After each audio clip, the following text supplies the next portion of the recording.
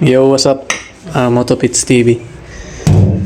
Ngayon tuturuan ko kayo kung paano nga ba magbaklas na itong side skirt natin, no? Ito nga sa ilalim. Bali, ito yung side skirt na tatanggalin natin, isang paganyan yan. So ito yung tornilyo, no? Bali, ito yung tornilyo tatanggalin natin, no? Bali, ilawan ko lang, kasi makita. Iyan. Ito yung tornilyo tatanggalin natin dyan, no? Kabilaan yan. Left and right. Yan. Konektado yan sa lahat. Yan itong Phillips screw para maluwagan tong tornilyo dito. Ayan, pihitin nyo lang pa counterclockwise. Ayan, pag maluwag na, kamayin nyo na lang. Ayan, para matanggal siya.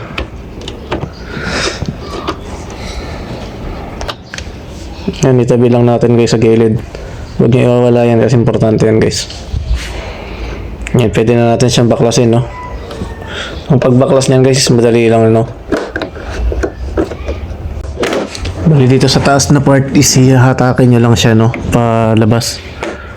Ayan, hatakin nyo lang yung mga lock na yan. May mga clip lang naman yan guys.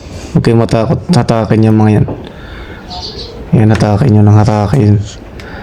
Ayan, dito naman sa bandang baba is ibang usapan na yan guys. And dito bandang baba guys is hatakin nyo lang papunta sa bali, hatakin nyo siya backwards. Ayan, pag ganun papunta sa direction na likod. Hinahatak yan, no? Pa sideways, no? Sideways para mas maintindihan nyo. Sideways ang hatak nyo. Ayan, bali, tanggalan natin. Sideways lang natin hinatak.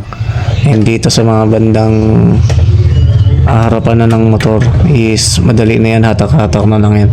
Huwag kayo matatakot kasi mararamdaman nyo naman yan kung mababali na yung pairings Pero hindi yan mababali since makunat yung pairings ng click. Unlike dun sa mga ADB, sa mga ibang pairings.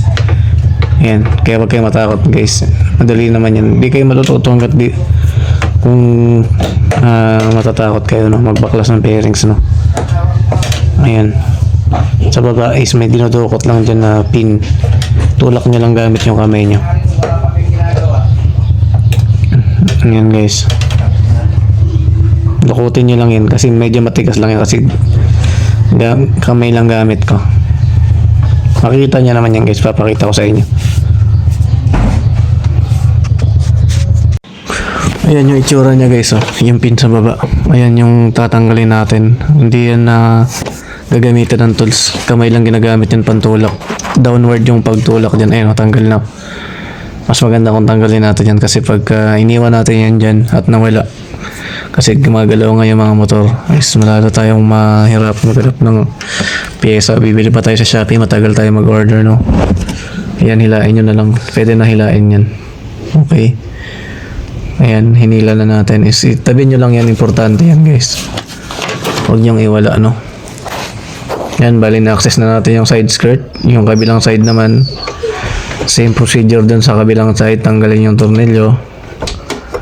Tanggalin natin yung tornilyo. Itabi lang natin. And ganun din guys. Hatakin nyo lang yung mga pairings dyan sa taas. Ayan. Tutok lang natin maigi para makita nyo. Ayan. Hatakin nyo pababa. Downward dyan, no? Para mas madali nyo maintindihan. Hatak downward dito sa bandang taas. And tanggal yung mga lock ng clip. And dito naman sa bandang baba is sideward naman yung hatak. Ayan, sideward yung hinahatak yan. Yan, o. Huwag kayo matakot na hatakin kasi yan yung tamang paghatak. Pag hindi nyo alam yan, masisira nyo talaga yung lock. Pero dahil dito sa video natin is safe kayong makakapagbaklas ng pairings. Ayan, medyo matigas yan lalo na pag virgin pa yung pairings nyo, no? Hindi kayo masyado nagbabaklas ng pairings. Ayan, no? Ayan, natanggal na rin natin tong kabila. And ang next nating tatanggalin dyan is yung bangkaan nya, no? Balikan nyo magiging itsura ng motor natin guys pag tinanggalan natin yung side skirt. Salamat sa panonood nyo guys. Thank you for watching.